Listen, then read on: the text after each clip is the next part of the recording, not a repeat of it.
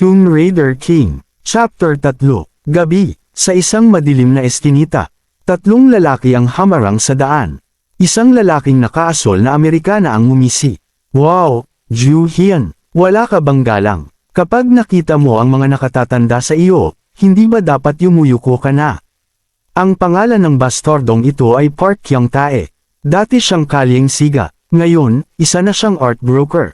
Kasama ang nakatatanda niyang kapatid na si Park Kyung-ju, nagpapatakbo sila ng isang art gallery. Pareho silang perwisyo, mga walang kwentang manggugulo. Noong high school ako, kailangan ko ng mabilisang pera kaya napilitan akong magtrabaho para sa kanila. Plano ko sanang magtrabaho saglit lang at aalis na. Pero ang mga hayop na ito, hindi ako pinalis ng ganoon kadali. Pinilit nila akong magtrabaho hanggang kalagitnaan ng edad 20 ko. Hindi naman ako inutil, ginagawa ko ang trabaho ko tulad ng iba. May mga lalaking nagbubuhat ng kahon sa loob ng bodega. Pinagpapawisan. Ako yun, buhat ang mabigat na kahon. Pero nakuha ko ba ang respeto na nakukuha ng iba? Hindi, kahit kailan, wala. Tinali nila ako sa leeg na parang aso. Tinatakot nila ako gamit ang sahod ko. Tinatrato nila akong parang hayop. Isang lalaking may buhok na dilaw ang sumigaw sa harap ko. Bakit hindi ka sumasagot, ha? Gago ka ba? Kailangan mo pa bang mabugbog para sumagot ka? Isang mabilis na galaw, sinuntok niya ako, ngunit bago pa tumama ang kamao niya, gumalaw na ang katawan ko. Isang suntok, mabilis, malakas, tumalsik ang dugo, ha? Gulat na gulat siya, hindi siya makapaniwala. Aray, gago ka, isang sipa, bumagsak siya sa sahig, napaatras ang mga kasama niya. Younger Hang Nim, sigaw ng isa sa kanila habang nanginginig. Tumingin ako sa kanila, malamig ang mga mata ko. Hoy, kayong mga walang kwenta. Sabihin ninyo sa amo ninyo. Tapos na akong magtrabaho para sa inyo. Ha, tapos ka na magtrabaho para sa amin. Sira ulo ka ba? Sagot ni Park Kyung Tae na hawak ang panga niya. Nakatayo ako sa gitna nila. Nakahandusay sila sa paligid ko. Oo, bago ako umalis. Ang sahod ko na hindi ninyo binigay. At ang bayad sa pag-alis ko. Ngumisi ako, malamig at matalim. Ibigay ninyo sa akin ngayon din. Tumawa ang isang lalaki. Ha. Kung tumatanda na pala ang tao, kung ano-ano na ang nakikita. Tama ba ako, mga pare? Anong lintik ang sinabi mo, ha?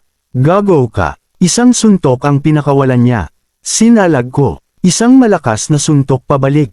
Tumalsik siya. Aray. Hayop ka, isang sipa muli, bumagsak ang isa pa. Hang Nim, anong nangyayari sa gagong iyan? Bakit ang bilis niya kumilos? Younger Hang Nim, hindi ba mahina siya makipaglaban? Tumahimik kayo, sabay-sabay natin siyang sugurin. Uwa, isang suntok, tumilapon ang isa, isa pa, bumagsak din. Sa isang iglap, lahat sila nakahandusay na. Ako lang ang nakatayo. Anong nangyayari dito? Bulong ng isa habang nanginginig. Tama iyan. Matakot kayo, sabi ko habang nakangisi. Ito ang resulta ng 15 taon kong pakikipaglaban. Tapos na ba kayo? Kawawa naman kayo. Pahihirapan pa lang kayo ng mundo mula ngayon. Tumingin ako sa kamao ko.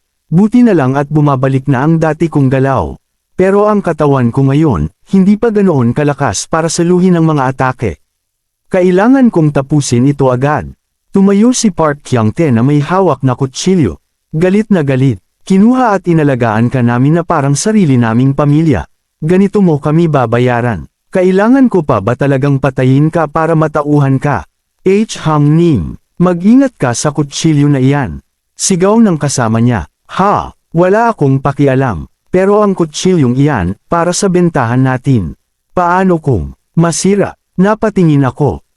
Kutsilyo, isa ba itong relic? Isang kutsilyong lumulutang ang liwanag ang hawak niya. Kumikislap, bakit nasa hayop na ito ang bagay na ito? Tahimik ang lungsod, maraming taong naglalakad. Hindi lahat ng relic ay umaakit ng tao sa pamamagitan ng malalaking libingan. May mga relic na mas gustong magtago ng tahimik sa loob ng lipunan ng tao. Ngumisi ako, kahit na, mamatay ka na, sigaw ni Park Kyung Tae sabay sugod dala ang kutsilyo. Malapit na itong maging akin, bulong ko sa sarili. Isang mabilis na iwas, hinawakan ko ang braso niya.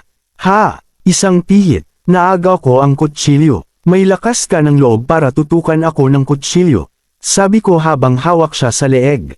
Teka, Hang Nim, hayop ka. Aalagaan ko ito ng mabuti para sa iyo. Sabi ko sabay kuha sa kutsilyo. Kutsilyo ko. Ngayon, panoorin ninyo at matuto kayo. Hawak ko ang kutsilyo. Umiilaw ito sa kamay ko. Ganito ang tamang paggamit ng bagay na ito. Kumislap ang mga mata ko. Asul na liwanag ang lumabas mula rito. Nakakatuwa. Kaya pala ng relic na ito na makita ang loob ng katawan ng tao. Dalawang imahe ng kalansay ang lumitaw sa harap ko. Nag-aanyong sumusuntok.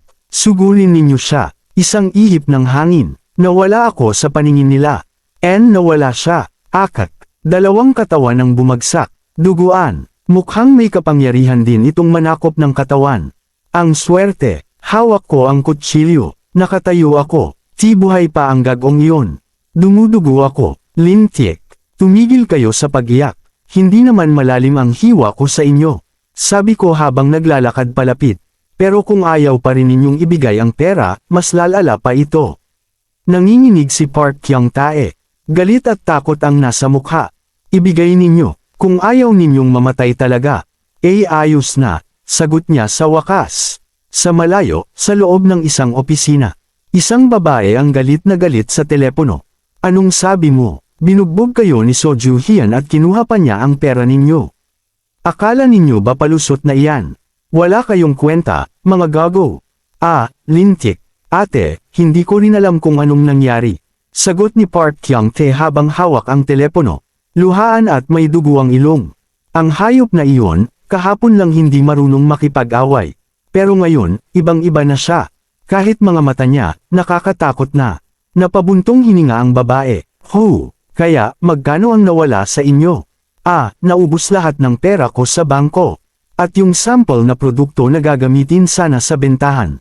Ano? Sigaw ng babae. Mga gago. Ibig sabihin ba nawala ninyo ang estatwa ng Buddha? Kasi, sabi niya kulang daw ang pera namin. Napakahirap ninyo naman. Wala na ba kayong ibang pera? Nakatayo ako sa eskinita. Nakangisi. Iyon lang ba ang meron kayo? Oo na iyon. Hawak ko ang isang makapal na sobre ng pera. Sigurado kayo dyan. Isang suntok. Aray, kung maghalughog ako at may makita pa akong iba, patay kayo sa akin. Hang Nim. Isang gintong estatwa ng Buddha ang nasa kamay ko. Kumikinang. Ano ito? Mukhang napakamahal nito. Pakiusap, huwag iyan. Kung ang salitang pakiusap ang lumabas sa bibig mo, ibig sabihin napakahalaga nito, tama. Ngumiti ako. Akin na ito. Lumayo ako. Nakahandusay silang lahat. Teka, So Ju Hyun. Bumalik ka rito, hayop ka. Hoy, pakiusap. Kahit ano, huwag lang iyan. Hoy, sa loob ng opisina, muling sumigaw ang babae sa telepono. Ibalik ninyo iyan. Sabi ko, ibalik ninyo iyan ngayon din, mga gago kayo. Thank you mga boss, stay tuned lang pa like, share and subscribe na lang para updated kayo sa mga upload natin.